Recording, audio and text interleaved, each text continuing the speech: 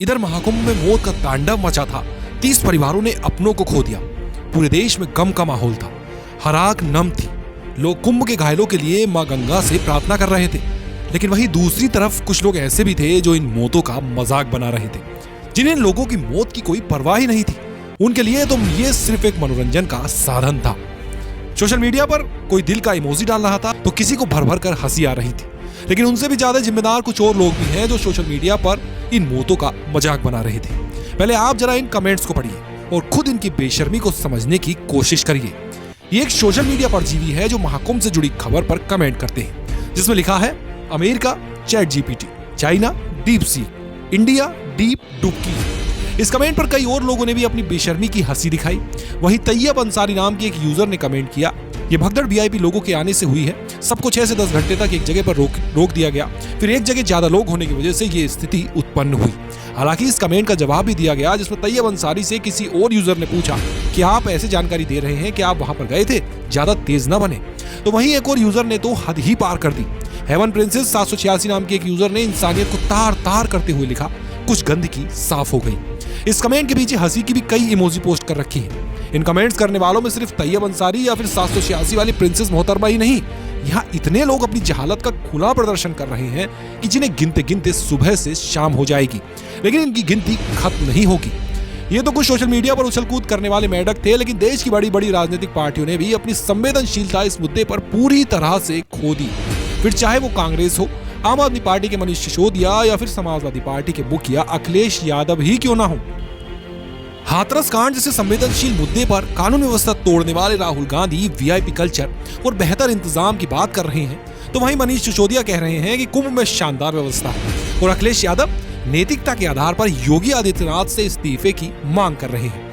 लेकिन शायद वो ये बात भूल जाते हैं कि 2013 में जब आजम खान की सरपरस्ती में इन्होंने कुंभ का आयोजन किया था, तब क्या व्यवस्था रही थी, कितने लोगों की जान गई थी।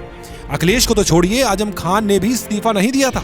जब लोगों को दिखाने के लिए आजम खान ने इस्तीफा दिया तो अखिलेश यादव ने उस इस्तीफे को स्वीकार नहीं किया था, और अब वही अखिलेश यादव आज योगी आदित्यनाथ से इस्तीफे की मांग कर रहे हैं और तैयारियों पर सवाल उठा रहे हैं। जबकि योगी आदित्यनाथ ने शाम होने से पहले ही न्यायिक जांच का ऐलान कर दिया और एक टीम का गठन भी कर डाला जो इस पूरे हादसे की जांच करेगी।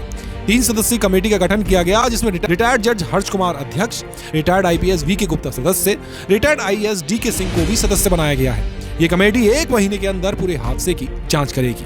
सिर्फ इतना ही नहीं, जब योगी आदित्यनाथ शाम के समय मीडिया के सामने आए तो उनकी आंखों में आंसू थे।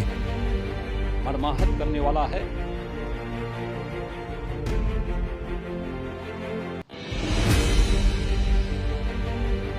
उन सभी परिजनों के प्रति हमारी पूरी संवेदना है। जनता की जान गंवाने पर आंसू बहाने वाला सीएम हर कोई नहीं होता, वरना हादसे तो सभी राज्यों में होते हैं, लेकिन अपने राज्य की जनता के लिए हर कोई योगी की तरह रोता नहीं है। सीएम के आंसू ने एक बात और साफ कर दी है, अगर इस भगदड़ के पीछे किसी की साजिश होगी तो वो उसे छोड़ेंगे नहीं। फिर चाहे कोई नेता हो, गैंगस्टर हो या फिर अधिकारी ही क्यों ना हो, योगी का बुलडोजर उसे रोंद कर ही रुकेगा। लेकिन इन सोशल मीडिया परजीवियों पर टूटता गमों का पहाड़ दिखा रहा है। इनके लिए तो मानो ये कोई मनोरंजन का साधन है, लेकिन ये लोग 2024 की हज यात्रा को भूल गए, जहां भूख और प्यास से तड़प तड़प कर करीब 100 भारतीयों ने जान गंवाई थी।